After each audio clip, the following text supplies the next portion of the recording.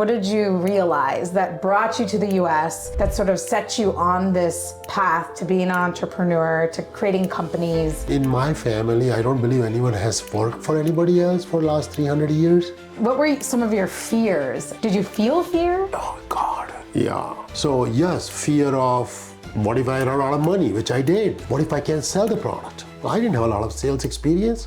How do you feel karma plays a role in what you have created and the successes that you've had? And do you believe that anybody could have created what you created? Right now, what is my karma? Is my intent. What is my intention? Is it pure? Is it manipulative? Is it transactional? Is it respectable? What is my intention? In today's episode of Desi Wisdom, we sit down with Mahendra Vora, a leadership and tech visionary and founder of Vora Ventures, as he reveals how he borrowed other people's karma in his journey to building a team of 3,000 globally. I first wanted to just say thank you for doing this. I so appreciate it. I know you're so busy, and to take out the time, which I think you always take out the time every time I've asked you for anything. So I just appreciate it. So thank you for being here. So really, the first question I wanted to ask is, when you were younger, when I was thinking about talking with you, I was really curious about like your younger experience that got you to here. And so when you were younger, what did you experience or what did you realize that brought you to the US, that sort of set you on this path to being an entrepreneur, to creating companies? If I were to rewind the tape going almost 40 years ago, while I was finishing my engineering last year, it was pretty clear that I have to do higher studies. No one in our family has ever gone to a level of doing PhD. No one in the family had gone outside to study outside the country. And I happened to be in a field called computer science, which was natural for higher studies to go to a place that leads the world in computer science. And many of my classmates were also thinking the same thing. So decided to come here primarily for studies. The single goal was, I want to study as much as I can. Education was such a force from the father and the family, and says you are in no rush to make money.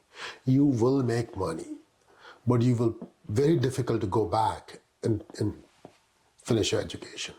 And there's always this debate about how much education, how much is enough to start a business coming from an entrepreneurial family. Yeah. So the eventual journey was clear that it's going to be entrepreneurship.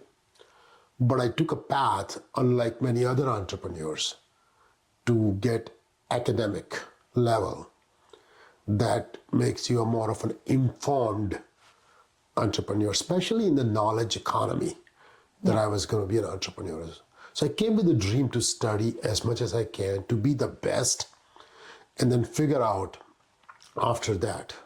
Typical thing, study as much as you can, go get some experience, and then you'll come up with a product idea in that period, and boom, there you goes your first startup. So crazy dreams to take over the world, full of energy, but very grounded, that first education before everything else. So that's how my journey started. And did you already know that you were on this entrepreneurial journey because of your father, because that was just what was going to be, or? I think you do. I mean, in my family, I don't believe anyone has worked for anybody else for the last 300 years.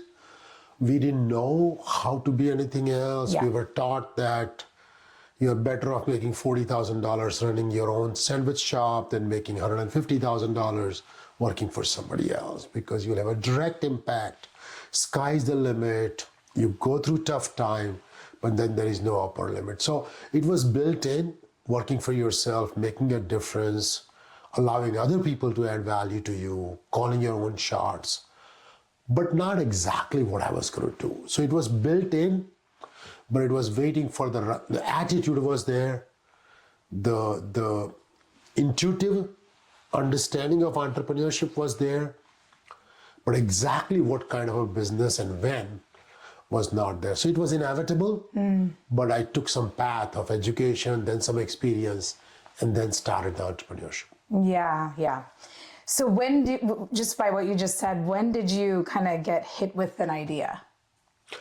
I actually did not get hit with an idea. Okay. I was fortunate enough to be invited to join some amazing innovators to creating something that no one had created before. So there were 3 people. I was in Michigan, Ann Arbor, and there were 3 people in Cincinnati were starting a company. And they were starting a very unique company to replace old mainframe terminals, legacy green terminals, because PCs were coming out. I'm giving my age here. But PCs were coming out, and they wanted to write a software to replace that terminal. It was very difficult, never done before. These 3 people on Galbraith Road right here were starting. And as I jokingly say, 3 super smart Americans were starting a company, and all they were missing were 1 Indian. Yes, you need an Indian. You need an Indian. It's an IT company, right? So he invited me to join. And how did you even connect? One of the founders went to Michigan. So we had a connection from Michigan. That's awesome. One of the founders had gone there. We had met somewhere. He knew that this guy is, fast, feisty, aggressive, will get anything done. So we had a good connection. He's like, do you want to come and work for us? He came here on a Saturday, and they told me you have to join on Monday or you don't get a job. It's like very, very, like we don't have a minute. This company has to be built so fast. So I just joined them, and then I got a small piece of equity. I became a co-founder, and that was my first startup, not from my own idea, right, but by joining somebody who had thought of something amazing. Well, I mean, I love that because I call that, I mean, so much of our lives are meant to be moments, but that's like a meant to be moment, right? Brought you to Cincinnati, right? Correct. And then what? Then it set you on what path from there? So this company, we, Kevin, Bill, and Larry, my 3 bosses, co-founders, they have very aggressive goals. Like, got to grow. So we grew from 0 to $25 million in revenue and 250 employees in like 4 years, and the company got sold. But I had gained a lot of experience, management, people. I had large team. I was like 25 or 26 when I joined them. And, almost 30, had some maturity. I had seen the market. So I saw another unmet need in the market, that Excel was not talking to mainframes. And Microsoft had just released Excel, but Excel could not fetch the data from old legacy mainframes. I'm like, wow, if I can build a bridge between Excel and mainframes, it will unlock the data, the power. So I started my second company from the little bit of money I had made from the first exit. This time I owned 70% of the company. And this was my company, my shots to call. Yeah. But all because of the experience and the opportunity I got with ICC. I'm indebted to them to date. And so I started a second company, which we built, which we sold 4 or 5 years later. Meanwhile, I had come up, internet was coming up. So I had come up with the security on the internet was a big idea, big issue. So I started another company with another co-founder, sold that, and the search engines were coming, and a lot of my background education was on search engine.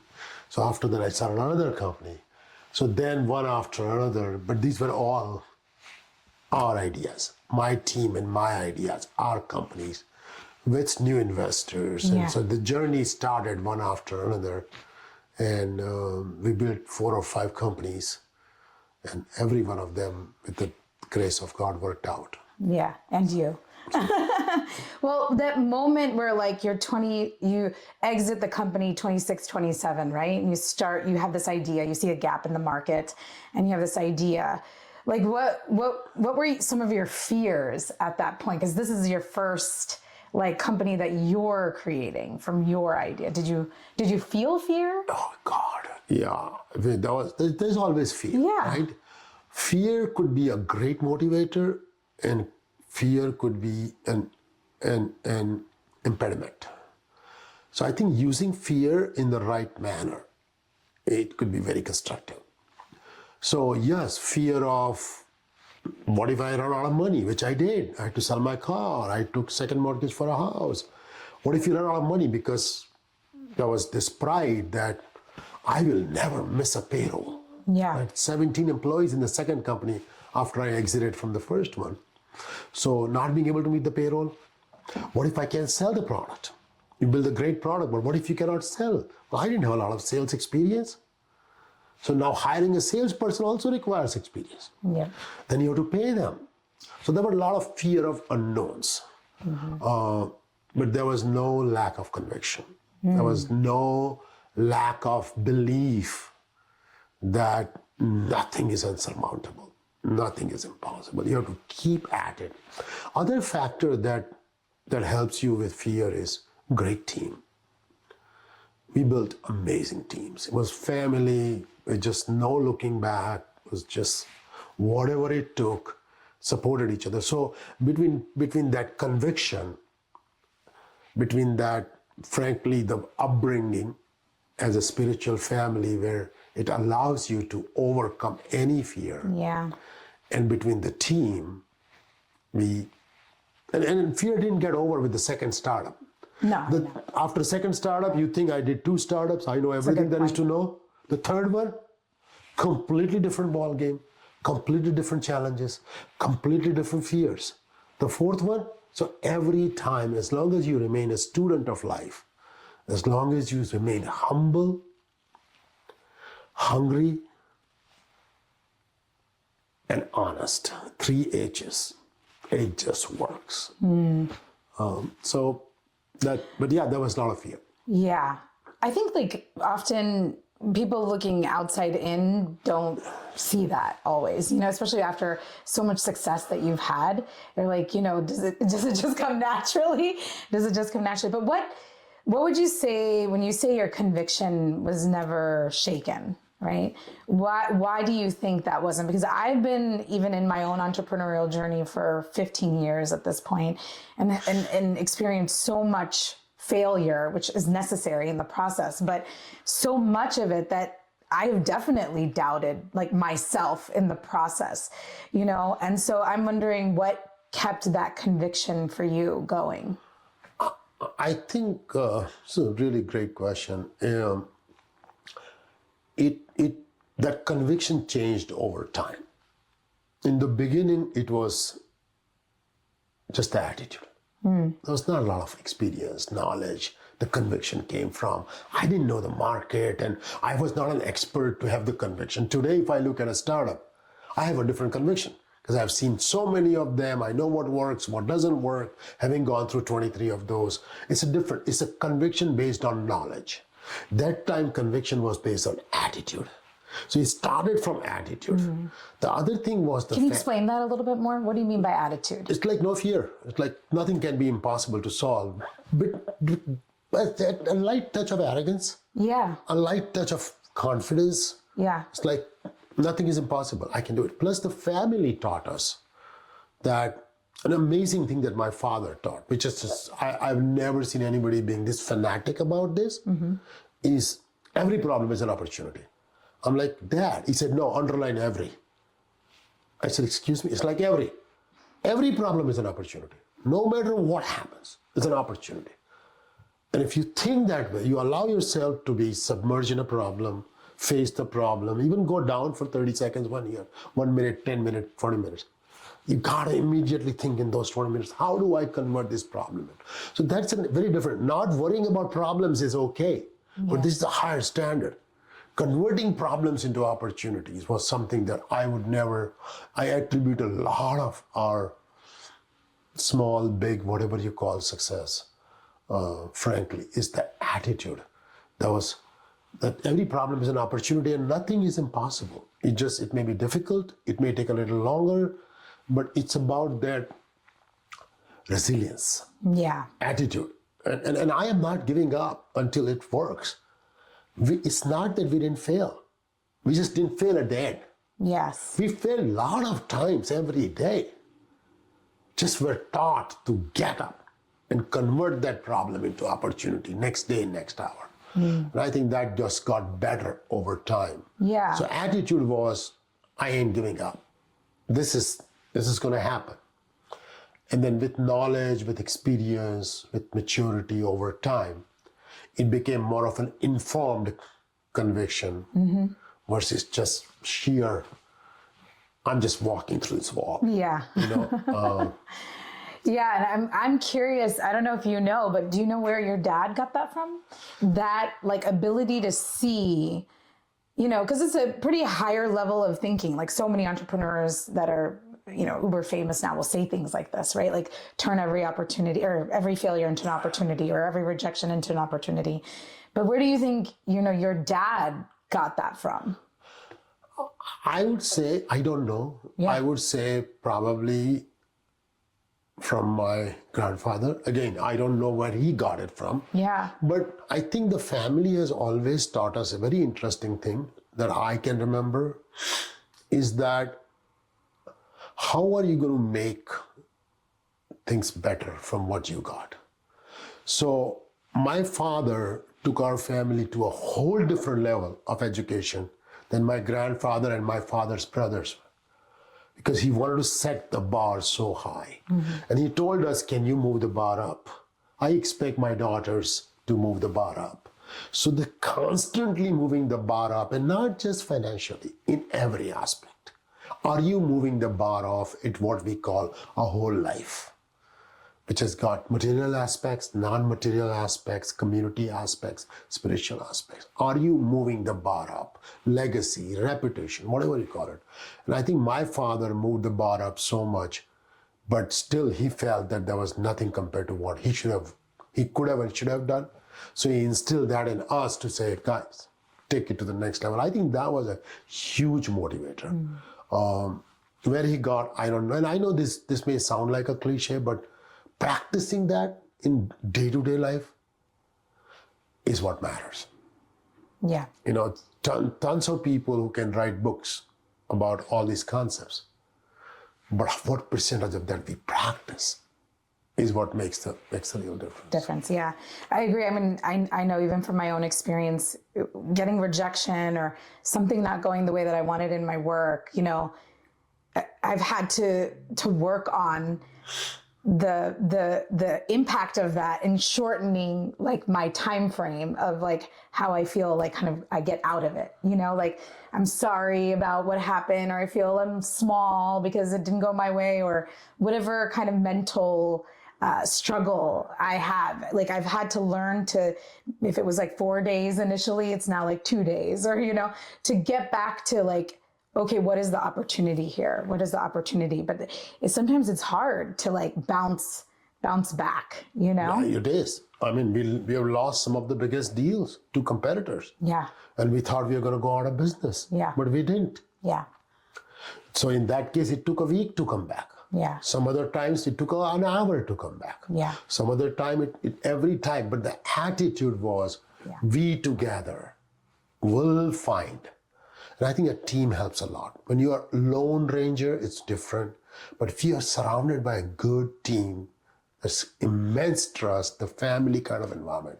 A huge amount of success, I really think, is who do you surround yourself with? Yeah. Who is your initial team? Could be your spouse, could be just start with 2, then you build. But who is your team that really helps you stay afloat? That, you know, that keeps you humble. And in my case, that was also my temple. My temple played a huge role. My father, my family, my community, my temple, my faith, and my friends who are some of the smartest people in the world, like 10x smarter than me. Like they all played a huge role in every time we got some success, they kind of brought you Back down to earth. humility. And every time I was down, they lifted me up.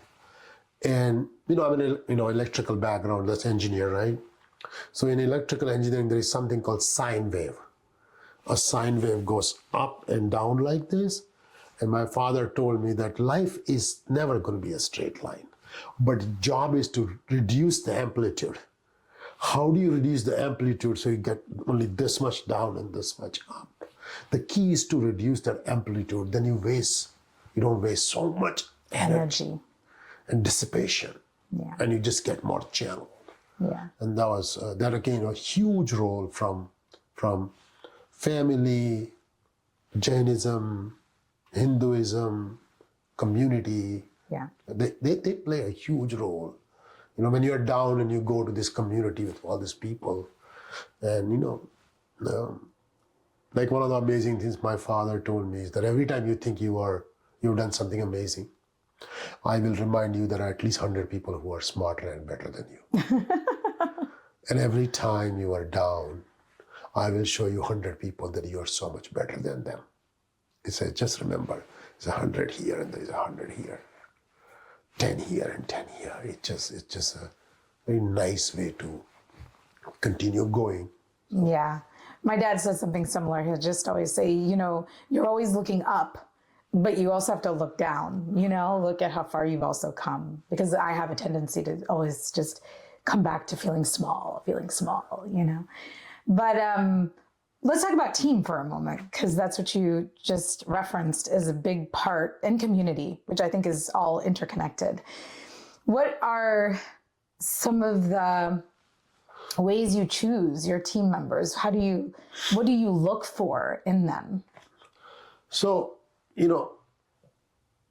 that's a very amazing question and loaded question, and that has changed over time. Yeah. Also, as I got matured, as I saw more companies, as I hired more and more experienced and successful people, we had to change to attract them. Mm-hmm. It's not just them, but in general, if I look back over the years, a few things that are common.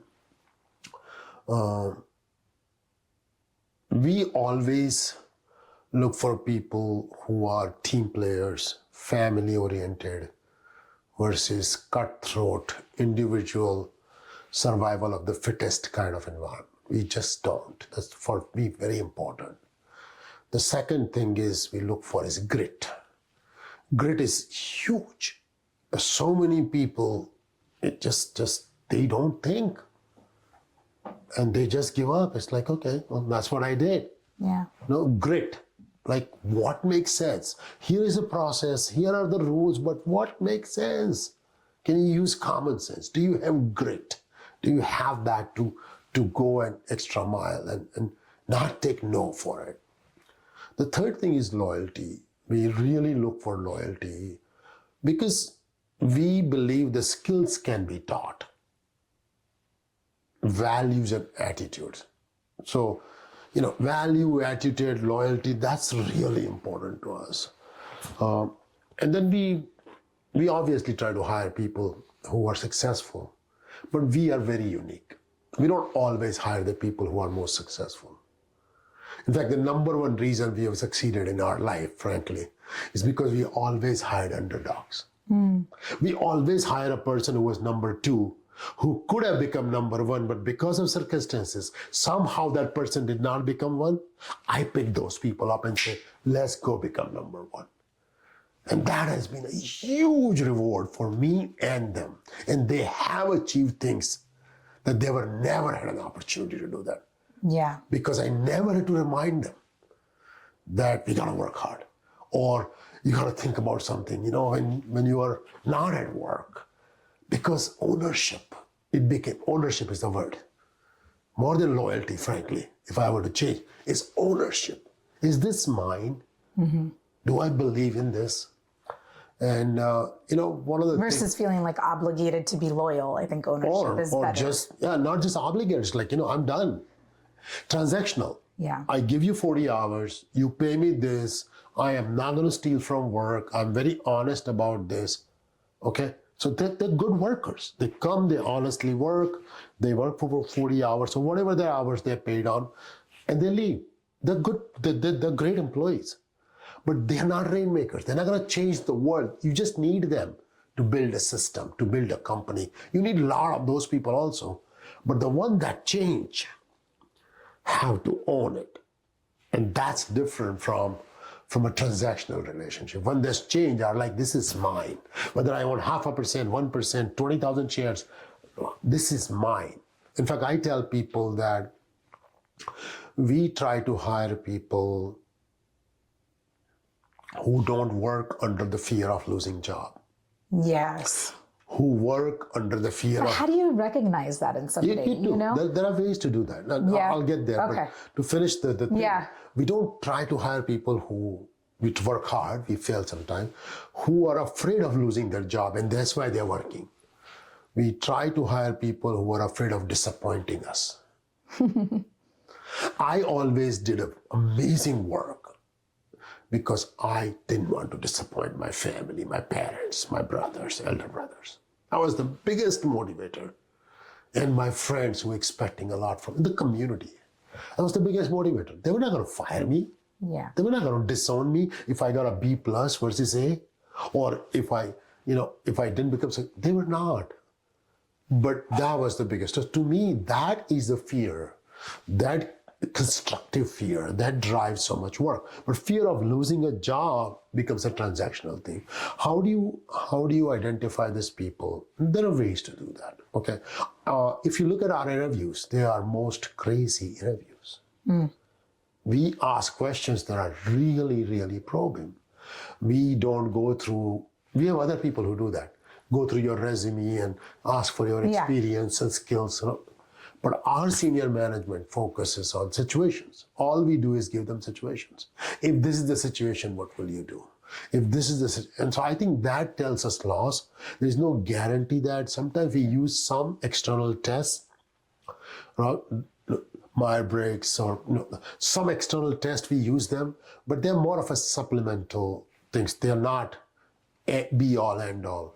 So it's after a while they also see the environment and they become like it. But to us that's far more important. That team that has the right attitude, that has the grit, that has the right alignment of values and the purpose why we do that. And then we focus on, of course, experience and skills after that. Yeah.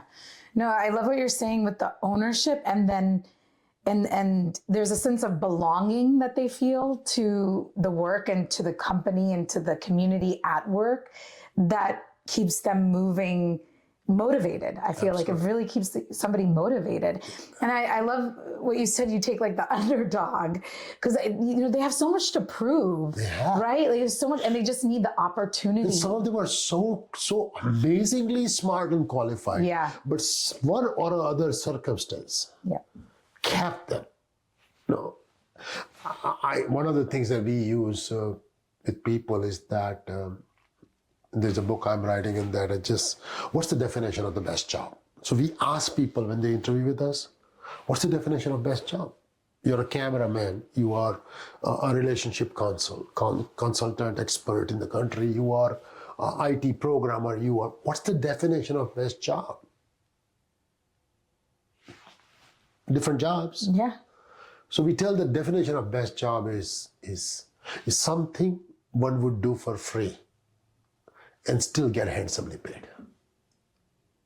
Yeah. Is it something I would do for free? Does it give me joy? Is it who I really am? Can I afford to be authentic and do this job? Okay, if you can do that, and you obviously get paid for that, second nature, you have to create that environment in a company where people can afford to be who they are and still deliver excellence. And that's not easy to do. Yeah. And especially in a large groups, large teams, when you have thousands of employees, to maintain that culture, to allow everyone to be who they want to be. Now, there are compromises. Not everything. Job is a job. 20% of the job is sometimes you're not going to like it, but that's minor. People don't mind that. As long as overall, when I get up in the morning and I don't feel like, oh my God, I gotta go to work again. It's like, no, it's just my living room. I'm going from living room to this. This is what I belong. I think belonging is so big for It's so big. everyone. Yeah. And it's not the size of the company, it's belonging. It's just really, 3 people team or a Yeah. 3,000 people team. You have to feel like, I have a place here. Yeah. I have a purpose here. I have a value here. I'm needed here. Yeah. So, And you feel like you're a part of something. yeah. Yeah, for sure. I think that allows everything to be way more relational Right. than Than transactional, like you were saying. Exactly. Yeah, yeah. Well, okay, I'm going to sort of switch up the topic a bit in the sense of, how do you feel karma plays a role in what you have created and the successes that you've had? A lot of entrepreneurs that have reached high levels of success will say things like, you can do it if I can do it, And I sometimes wonder when they say things like that from that perspective, from a karmic perspective. I think there's some truth to that. Like if I can do it, you can do it. But it's not always true that if I achieve something in a specific way that anybody could do something like that. So I'm just curious your perspective on that. So, essentially what I'm asking is, does karma have a role in your success? Yeah, and do you believe that anybody could have created what you created, or anybody can do that? So, being a rational software technology person, my answer is yes, anybody can do that if they had similar circumstances. Tell me more. Okay, so you can call it karma.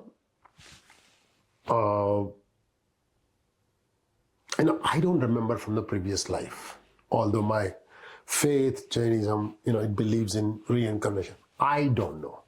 So I personally don't attribute anyone's success in this life to past life. I'm not saying there is no relationship. I don't know if I can talk about it confidently, knowledgeably, or prove it one way or other. Yeah. But I do believe karmas in this life have a direct impact on what you do. And sometimes there is your own karma. Sometimes you benefit from your family's karma.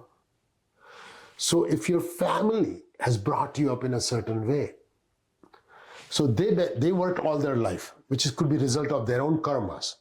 So now they have accumulated some positive deposits, whether it because they had resources to fund you, or they had money to give you education, or they were smart enough to give you the values, whatever you call it, it's a result of their karma, that they were thinking the right thing to instill in you the values. When you are benefiting from their karma. You don't even know that you're brought up with these values. That's not my karma. That's maybe I just fortunate, if there's a word like that, happened to be in a family. That's why I use the word circumstance.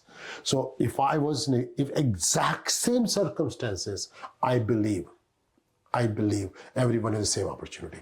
Reality is you don't get the exact same circumstances. A case in point is hunger. So one of the things that I see a difference in, for example, our generation and today's generation is when I came to US, like no choice. There was nothing, few $100s in pocket. There was no choice. Yeah. Just got married, like you had to support a family. You had to bring food on the table. You had to protect your new partner. You have to give that partner whatever you can. And there was no choice. So there was hunger, there was hustle, there was hard work. And sometimes, that somebody else may not have the same need. Well, so is it my karma or is it my circumstance? Right? It's actually negative karma if you think about it, that I'm in a deep trouble, that I have no money, I have no inheritance, but converting that problem into opportunity was what my family taught because of what they had learned. And I inherited that values, karma, whatever. So the other thing is karma in this life. Whatever you do, once you benefited from the family, upbringing, inheritance, whatever, now what do? Two people exact same people were given exact same opportunity. One sees, the other one doesn't. One grabs the hand of it, the other one keeps on analyzing.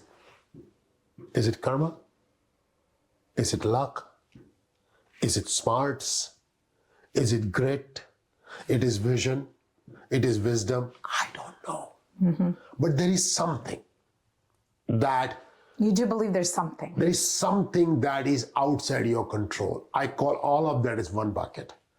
Things that are outside my control, I call that one bucket. Some people call it luck. Some people call it circumstances. Some people call it, karma. Yeah. But whatever you do, I absolutely believe you will pay for it in a positive or negative way. It's a matter of time. And I believe it will happen in the same life. I can't necessarily scientifically prove that, but I absolutely believe, and that's why it motivates you to do the right thing. Yeah. Yeah. I feel like I use, in the West, karma is not used very much in terms of how we see life, right? Especially in the West. Like it's sort of taken out of context. I think it lacks depth. Yeah. Frankly, it's because they didn't grow up with that, because they don't fully understand, because there is not a 5,000-year-old history explaining karma, that we were all, as Indians or people coming from the East, we were all Chinese, we were all had that rich history, depth of some of the values and cultures. And I think, not having that, it'll take, you just try to interpret, there is this, I've celebrated Halloween all my life with my kids. Yeah. I don't know if I understand the depth of Halloween. Really, what's behind Halloween? Thanksgiving. Absolutely believe in it, cherish it, love it. But do I really have the depth of Thanksgiving? Yeah. That people who just said this is our life. So I think there is a lack of that this exposure. Yeah, exposure and the insight into that way of thinking. Right. Yeah, and I think we can attribute like the negative things that we're experiencing in our lives to karma. We can attribute the positive. But in the similar way, I use karma to keep relationships. That's like sort of my worldview in so many ways, right? Like as clean as possible, right? So yeah, I'm curious. So I'll give you some interesting theory on this. I actually genuinely believe that you benefit from others' karma if you have good, honest intent. Like, I don't know how much I benefited from my family, my parents' karma. They did something good and a lot of that transpired. I benefit from karma in terms of goodwill, softening the word karma to goodwill, and it plays into all relationships with our clients. But we treat them like just us. So they're just doing a job for another company. Yeah. Just like we are doing job for our company. We are a vendor, they are a client. But we still have a relationship because we both are just doing jobs, supporting our families. We have responsibility. And so it's not just one transaction. We want to treat each other for 20 years of relationship where we do things together. Yeah. Even when we are not buying and selling to each other, we go to each other's functions or, events and, show up when we need to. And it's not because I want to make a next sale in next 7 years. Yeah. It's because there's a relationship. And I think that goodwill, if you develop that in people, where you truly treat them as a relationship and not a transaction, in a weird way, I think you will benefit from their karma, their goodwill. So it's not just your karma. If you do good karma, sometimes you'll get the returns, in more good karma. So it's like a very, I don't know how to explain it, but no, I like that perspective. I genuinely believe that, karma is really, what are you doing, right? What's karma? Right now, what is my karma? Is my intent. Yeah, intention. Intention, that's it. That's all. What is my intention? Is it pure? Is it manipulative? Is it clean? Is it transactional? Is it respectable, respectful? What is my intention? Am I doing it from truly like self? Yeah. Do you fight sometimes between that transactional and space and, being relational? Because sometimes it gets, gets in your head. I do. Well, I think having some clarity helps that, when I'm buying a car, either from an individual or from a dealership, Yeah. especially, I'm not trying to build a relationship. Right. I know it's a transaction. Yeah. Do I still want to be a decent human being? Just because it makes me feel good. Yeah. Just because it talks about the reputation of the community I represent. Yeah. So do I want to be like for few $100, treat them in such a bad way that they were like, wow, that the taste left is bad. Although I may never see that person again. I'm not going to have a relationship with that person. But I still want to be decent to a point, but there's a limit, right?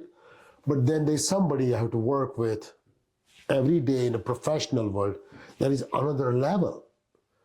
And then there is my friends, that's another level. Yeah. And that's my family. So I think life teaches you to operate on this spectrum of transactions to relationship. Everything cannot be here. Yeah. Okay? Some things are here. Yeah. But even then, a transactional relationship or transactional whatever, a transaction does not mean losing the bar of decency. So if you maintain the bar of decency and then you have a spectrum of transaction to relationship, that's practical, that's pragmatic. But still the minimum bar of decency must be maintained. Fairness, which is what I have learned from my spirituality, is fearless, fairness, decency, knowing the purpose of, knowing yourself, knowing the purpose of what you want to achieve in this life. Yeah. This is, I don't know the definition of spirituality, but this is what spirituality has at least brought to me. Yeah. Okay. So what do you see kind of the younger generations operating from the same sort of, I'm not saying everybody's going to operate the same way, but like, do you see a decline in being relational versus transactional in the younger generations, or no, not necessarily? And who you hire and what you're seeing in the world, the companies that you connect with? I don't have a very good answer for that. Okay. But I'll give you a perspective. On days when I am jaded, disappointed, pessimistic, I also tend to judge. Gen Z does this, millennials do this. We never used to do that 10%, 5% of the time, very little. Yeah. But the rest of the time, I work hard not to. Yeah. And only thing I'm seeing is that I don't know if they're more transactional. I think they're more rational. And rationality can actually bring a lot of clarity, a lot of honesty in a relationship. But on the surface, it may look less emotional, less relationship. Mm-hmm. It may look a little bit more transactional. But if you look at the honesty underneath, sometimes you also get a respect for that. Yeah. So I don't know if they're more, I think they're more rational. Mm-hmm. I think they are definitely more rational. I call that evolution. Than at least who I am, or if I dare to generalize, my generation is.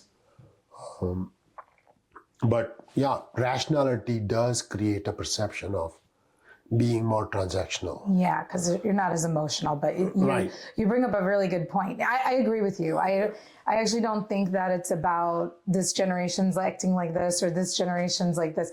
I mean, we're all human. There are differences from generation to generation for sure, but I feel the same. I think but at the end of the day, we're all human. Right. And so we're all wanting similar things at the baseline, you know? And like, I'll give you a case in point, the work-life balance. It's something we talk a lot. Yeah.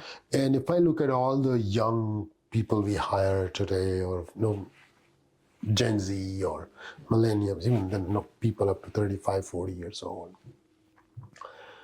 I feel like I used to say this, but 80 years ago, like a typical disgruntled parent. It's like, you guys, you have a luxury of being work-life balance from day one. We did not have the luxury to have the work-life balance from day one. And then, my daughters brought an amazing perspective to say, you have practiced work-life balance all your life, Dad. Your method was different. Their method is, I'm done 40 hours. When I'm 23, I'm going to do surfing, I'm going to do this, I'm going to do this, I'm going to do this, okay? Your method was you work 70 hours. But when you came, you never carried your work at family. Okay, and your priority was family because you were just growing up in this country, in a foreign land. So you want to protect your family. So you focused on your number 2 priority, which did not happen to be surfing or traveling or other things. Right. But you did focus on it. And as soon as you got off the work, you never brought work home. You never brought home work. So yes, you had a work-life delineation and balance, but it was not 40 hours and I do this. So he says, both generations have their own way of dealing with this. And so I got a different respect for it. I stopped judging anybody. And I felt like, when you stop judging, that's where you really grow. Yeah. You really grow. You can see a perspective that is similar to yours, actually, In many ways, you come to like, wow. Yeah. And I have been very fortunate that even today, frankly, don't stop learning. Every day, it's amazing things to learn. Even from, a lot of it from actually new generation. Yeah. And you have so much to learn.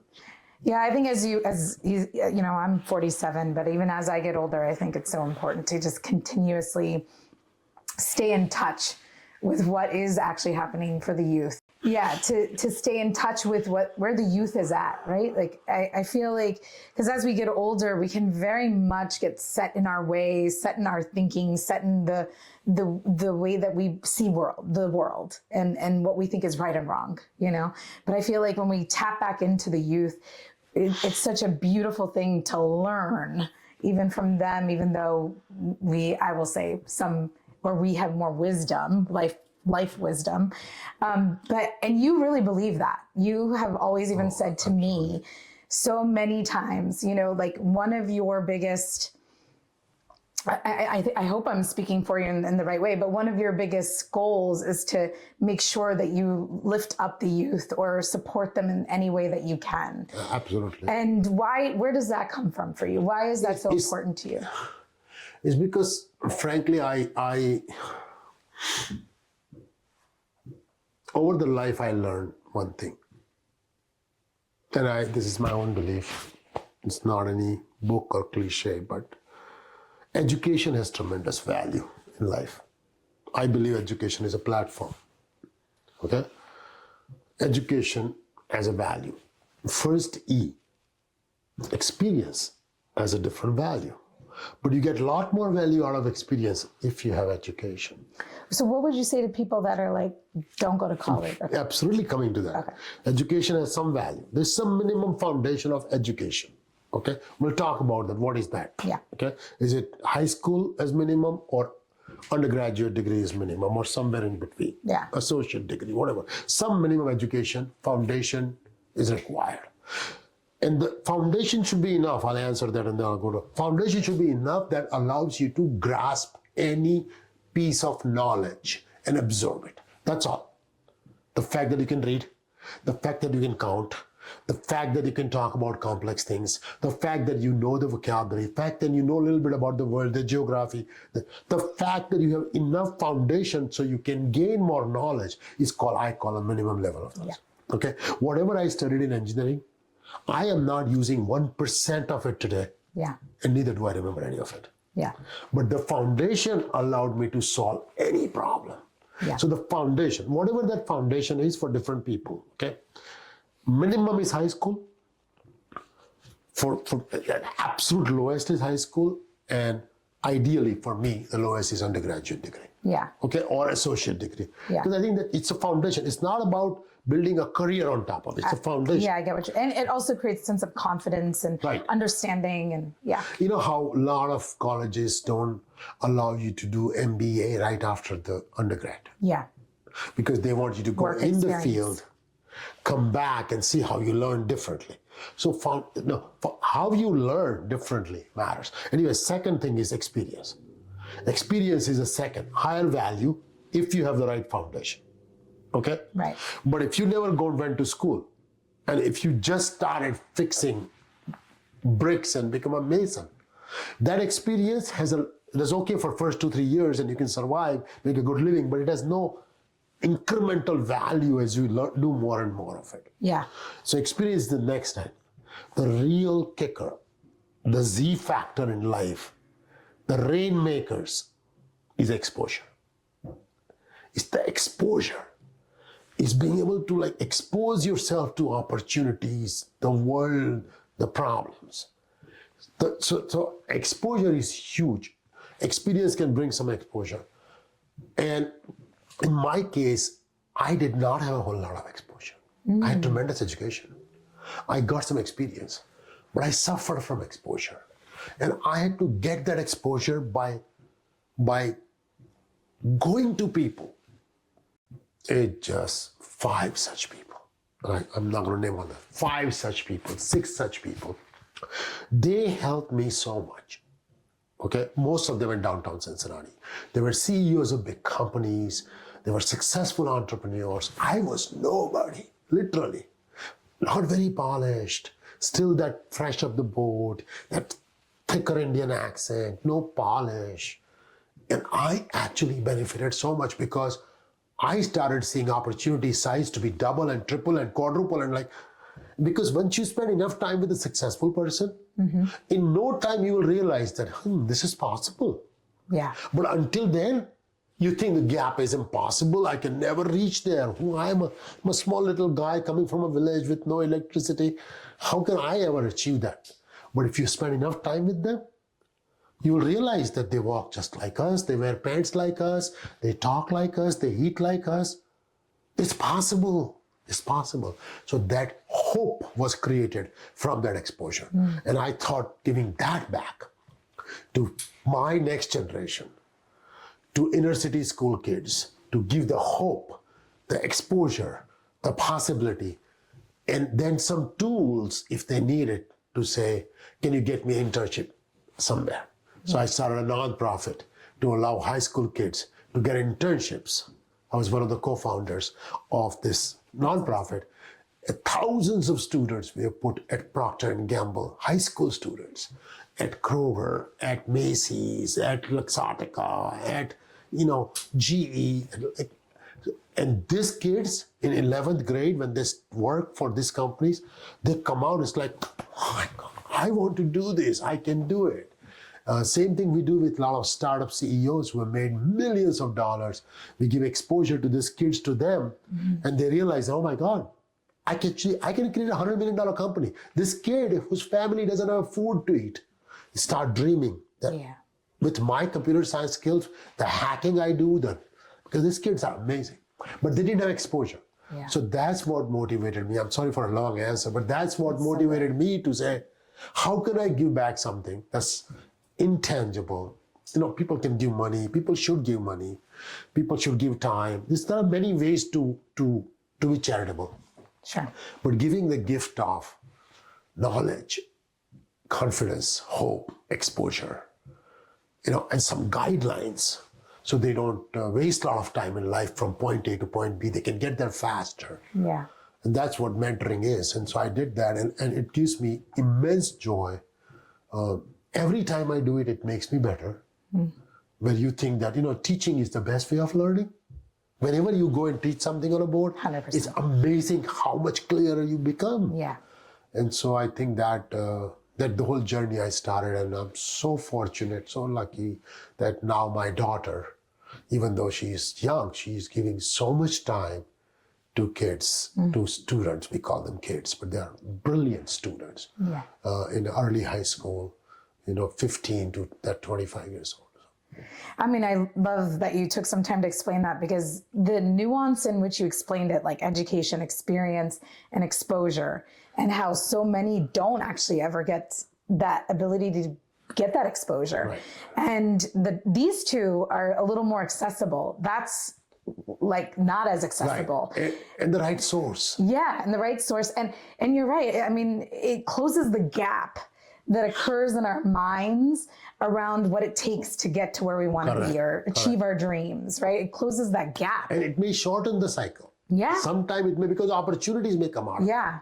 It's like, Well, I mean, like the guy who asked you to come to Cincinnati, he saw something in you, right? And he was like, come be a part of this. And I would never be where we have been without the first opportunity. Yeah. But, so I think mentoring, giving back, exposure, and a lot of times, sharing your clarity, like what is wisdom, right? Or we in computer science, in the data management, data science field, we are geeks, right? So we call, this is data. This is information, which is better than data. Mm-hmm. Then comes knowledge. Mm-hmm. Then comes wisdom. Mm-hmm. Data, information, knowledge, wisdom. What's above wisdom? Judgment. Okay. Judgment. So what's the definition of judgment? Yeah. I asked a lot of our senior executives, a lot of people we hire, VP, senior VP, and I said, what's the definition of moving up in life? Is it titles, salary, stock? What's your definition? You are moving up. Yeah. You know I'm doing better. Nobody else is judging. Right. And so I came up with this definition that I'll share with you. Yeah. It's a very long sentence. So in my honest opinion, definition of moving up is ability to make better and better decisions, Okay. comma, with lesser and lesser information, comma, in lesser and lesser time, comma, and make better and better calls over time. Better. So with lesser and lesser information, with less information in less time to make better judgment call, better decisions. Some people call it experience. It's not experience. I think it's intuition. It's combination of ability to take intuition and data and merge it in a super fast speed. Yeah. Apply this to the context of the problem so you don't do analysis paralysis. Yeah. And then have guts to take the call. It's like, this is enough. Yeah. Okay. I don't have a luxury that some of the people who work for us have luxury. They might have studied the topic for 3 months. When I have less than an hour. I listen to all that, look at the research and say, are we doing this? Are we buying this company or not? Are we investing here or not? Are we starting this new startup or not? Are we going to build this product for this new technology idea or not? I don't have 200 hours of meetings time or bandwidth. Sure. Other people. So now how do I take all that and absorb that? Yeah. And so if you develop that, I call it judgment. Mm-hmm. Data, information, knowledge, wisdom, judgment. Wisdom gives you better intuition as a result of all three. Yeah. But when you take wisdom and data and guts, you make judgments, you make decisions. Yeah. And that's the power. So this mentoring process, what we do is we help our kids to say, instead of going 500 different things, I meet some of the students when they would finish the undergrad. And I said, what did you do? And so I studied undergrad in, biomechanical engineering. I said, great, what's up? He said, I don't like it. I said, excuse me? I don't like it. I don't know if I want to do this. I'm like, your parents spend $200,000 post-tax. 40 years of life. We work for about 40 years max. 40 years of your life is 10% of your life. So that's gone. All the investment is gone. I'm not saying people don't have a right to change. but you cannot be cavalier about it. You have to spend upfront time. Mentoring helps you avoid a lot of back and forth. Not eliminate it, because some of it is good. Yeah. Some of it and necessary. Yeah. But so that's why I think this. No, that totally resonates, because even in, I've let go of my coaching practice, but I've worked with thousands of people, and that's literally what I do now, is like when I'm speaking to somebody and they're telling me they have a whole life story. It's exactly that process that you're talking about around judgment, which I'm putting it together as you, and like made these tears, of like even what I do after so much time and you're right, mentoring definitely helps that process shorten. Yeah, I mean, I really think that it just you achieve so much more in life. Yeah. But I've also had many mentors, and I've still had to, go through my Yeah, you have to have your own journey, right? My fires. But if you read book about Zuckerberg versus you meet Zuckerberg, that is a big difference. Yes. Okay. So you read a book, there is book have, retention of what you learn from a book. Yes. Is kind of finite curve. It is. You get, or a lecture you listen for an hour, you get so impressed. 3 days later, you remember three because things. you're still in your own head. Right. Right. You're reading a book, you're still in yourself. Right.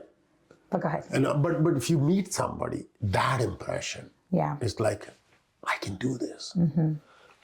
And I think I really want to create that hope, that possibilities for people, especially who are not privileged with all the resources. Yeah. Because, they are equally smart and should have equal opportunity.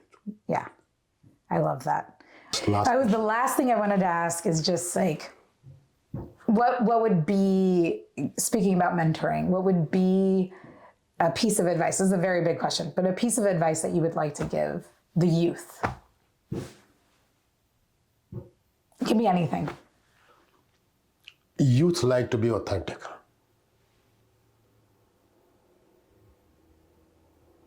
Free.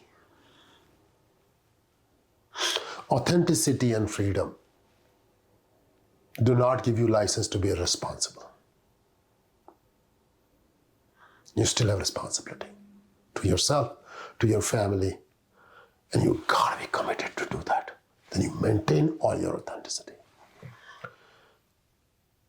Youth like to be frank. To be friends, is that what you said? Frank. Open. Sharing does not give you authority to be so blunt that you hurt someone. Keep your freedom. Keep your frankness. But be considerate. Keep your authenticity. Be responsible. Youth like to have an attitude. I can do whatever I want. Very healthy. But don't ever forget to be grateful to how many sacrifices is why you have this opportunity. Mainly parents. Yeah. People talk about gods. I haven't seen God physically. I believe in one, whatever that is. Yeah. The God I have seen on this life is my parents. So be authentic, be free, be responsible, be frank, be considerate. Have an attitude of whatever you want to do. Just don't forget to have the gratitude along with the attitude. Yeah. That's beautiful. Thank you. Thank you. I hope you loved this episode of Desi Wisdom. Please leave a comment below telling me if you liked it, if you didn't like it, what you would have wanted more of. It really helps me refine this podcast to give you exactly what you want. I will be reading every comment and responding. Also, I know this is the last thing that you're going to want to be doing, but if you haven't already, hit that subscribe button. When you hit that subscribe button, you'll be notified of the episodes that come out every single Tuesday. So hit that subscribe button. And if you're ready to binge another episode of Desi Wisdom, take a look at this one. It's a good one.